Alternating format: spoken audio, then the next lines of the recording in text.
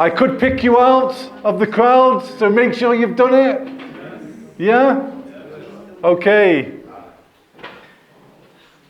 We've had enough time, Juby. We're going to do it. Okay, so what I'm going to do, I'm going to read the verses. I'm going to read, the first one is 27 to 30. This is what it says. Jesus and his disciples went on to the villages around Caesarea Philippi. On the way he asked them, "Who do the people say I am?" They replied, "Some say John the Baptist, others say Elijah, and still others one of the prophets."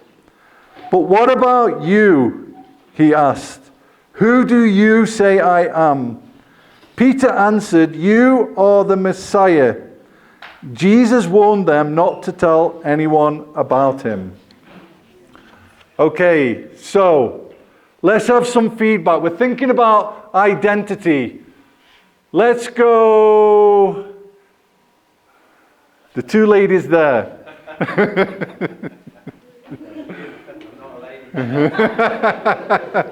You didn't see that one coming, did you? It's like a lottery. Where do we see identity in them verses, ladies? Okay, where Jesus asked, "Who do people say that I am?" And Peter said, "You are the Christ." Okay.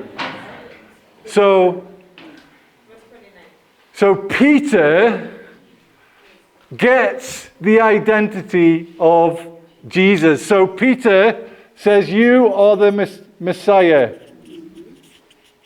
Now that's really significant, because up until this point in Mark's Gospel, none of the disciples have been able to get the identity of Jesus. And what is interesting is, what do the public think about Jesus? What do they think? Go on, ladies. John the Baptist. He's a prophet. Elijah. Do they see the identity of Jesus? What are they? They're blind. Now a miracle happens. A miracle. Because Jesus turns to the disciples and he says, "Who do you say I am?" And all of a sudden, Peter's eyes are what? Opened. And what's amazing, there's a verse in Matthew chapter 16, verse 17, and Jesus says something in that verse that reveals something about conversion. It reveals something about our eyes being opened. And you know what Matthew 16, 17 says? "Blessed are you, Simon Peter, for man has not revealed this to you, but who? My Father in heaven." Who opens blind eyes? God himself, the Father. So when we're doing evangelism, what do we have to worry about? There's something God will do. God will open their eyes. Yes. Not our responsibility. And now, isn't that amazing? Actually, that takes the weight of us having to pressure people to accept Jesus.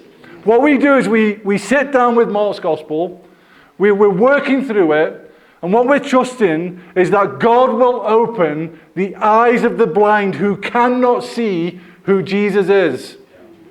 Now, I want to get excited here. Can I get excited enough? Get excited as a British? It's like, yes! Peter's life will never be the same again from this moment. You're the Messiah. You're the one that is promised in the Old Testament that would come from the line of David. You're fulfilling everything the Old Testament spoke about. You are the anointed one of God. You are God's king in God's world, doing what only God can do. Yes!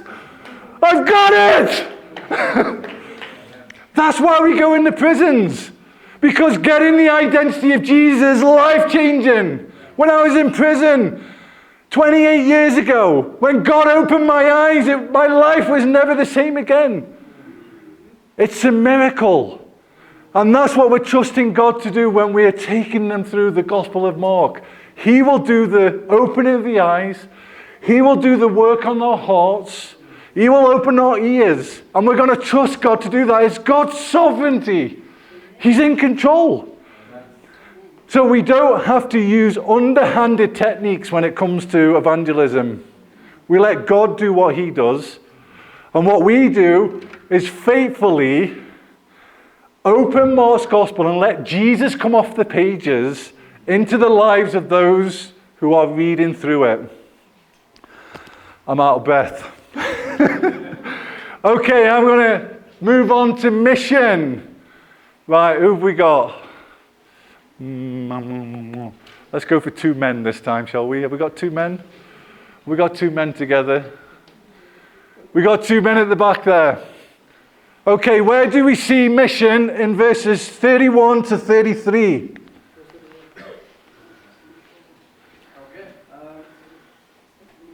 In verse 31. Oh, sorry, let me read the verses. So this is what it says. So we've got Peter's eyes being opened, and then it goes straight on to mission. So he then began to teach them that the Son of Man must suffer many things and be rejected by the elders, the chief priests, and the teachers of the law, that he must be killed and after 3 days rise again. He spoke plainly about this, and Peter took him aside and began to rebuke him. But when Jesus turned and looked at his disciples, he rebuked Peter. "Get behind me, Satan." He said, "You do not have in mind the concerns of God, but merely human concerns." Go ahead, brother. Yes, so the mission of Jesus Christ is to suffer, to be rejected, die, and rise again after 3 days. Okay, lovely. So he's come to die. That's the whole point, and that's what he's saying. What happens with Peter? Peter was rebuked Right. for being, the fear of man took over him. What's going on with Peter when it comes to his mission? He's blind. He doesn't get why Jesus has come. That's why he rebukes Jesus. We're not going to let this happen to you. And he's saying, you don't understand why I've come. I've come to go to the cross. That is the whole reason why I came. And he says these shocking words. Get behind me, Satan. And here's your challenge today. Do you have in mind the things of God or the things of men? Let the Gospel of Mark transform our minds and the way we think about Jesus. Because Satan wants to come in, and the way he comes in is he stops us thinking. He stops us studying and doing the work on the text and really understanding why Jesus came. So he came to die a brutal death. And as you go through Mark's Gospel, you're going to learn that it's one of my favorite verses in Mark's Gospel.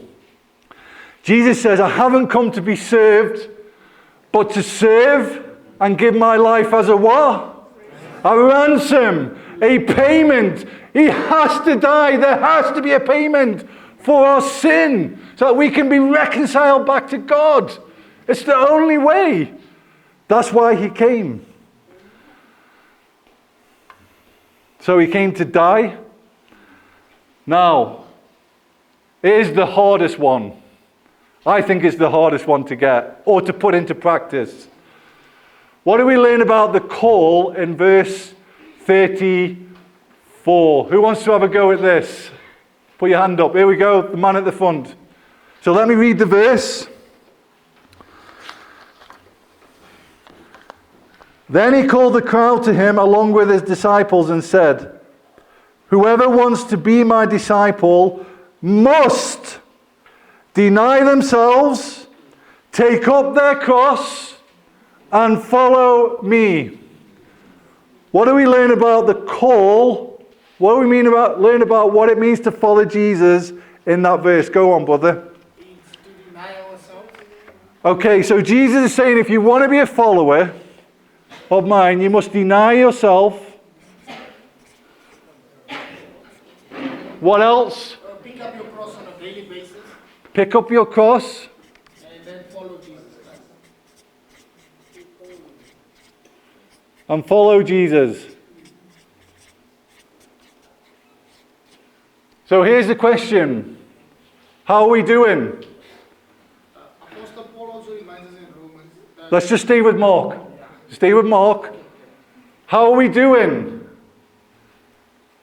How are we doing with the call to follow Jesus? Jesus says you must. It's not an option. You must. What must we do? Let's take the first one. Deny yourself. You know something? That's really difficult to do for us, isn't it? Are we meant to do it once? Or twice? Or 3 times? Daily. Daily, do you wake up and say, you know, Lord, I'm not living for me anymore. I'm denying myself and I'm living for you. You are the most important thing. The gospel is the most important thing. And I serve in you, Jesus. That's what part of denying self is. And you know something, when we don't deny self, we just live for ourselves. And all the sinful things come in and we entertain them. And Jesus is saying, you've not really got it, have you? At this moment in Mark's Gospel, you're going to read further on. Do the disciples get denying self when he teaches it? No, they don't. They continue to live for self. Right, picking up your cross, what is that? When you deny yourself, when you live for Jesus in the Gospel, something's going to happen. What will happen? you will be rejected. You will be rejected, mistreated. Right, persecution. Who wants to suffer and be persecuted for Jesus? But Jesus is saying, if you deny yourself, you will suffer and be persecuted for me. And he says, when that happens, pick that cross up. Pick it up. Don't avoid it. Because what we do is if it becomes uncomfortable, we avoid it, we become quiet, we stop evangelizing, we stop serving. Because it's too uncomfortable. It disrupts my life too much. I like my comfort. I'm talking about myself now. I am. But we can't lose sight of what it means to follow Jesus. There are many things we can follow. We can have the media, we can have sports, we've got it all. And they all come in and say, follow me, listen to me. There's one person that Jesus is saying you follow. You follow me. You listen to me. You give your life to me. You serve me. And it's a timely reminder that this is the call that Jesus is putting on all of our lives. The gospel clarity. There's many churches out there will say, Jesus is going to make you prosperous. He is. There's churches out there that say, they've got the wrong gospel if you're suffering. That's not the gospel that we've got for you. We've got the better gospel. No! This is the identity, mission, and call, and it's at the heart of the Gospel of Mark, and it should be at the heart of who we are as Christians. Any questions on identity, mission, and call in Mark chapter 8? Mine is not a question, but I can teach you a little bit of Afrikaans.